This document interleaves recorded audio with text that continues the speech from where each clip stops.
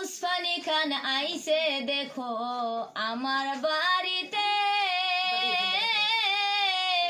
টাকা পয়সা ছাড়া ভিডিও বানাইতাছে রে। দর্শক বন্ধু সাপোর্ট করো রে। আমি হইলাম গরিব ঘরের সাধারণ মেয়ে, ধনী মানুষের পোলা হইয়া আইছে আমার বাড়িতে। উসমানী খান আইছে দেখো রে, উসমানীর পেজে যায়া ফলো করিবে,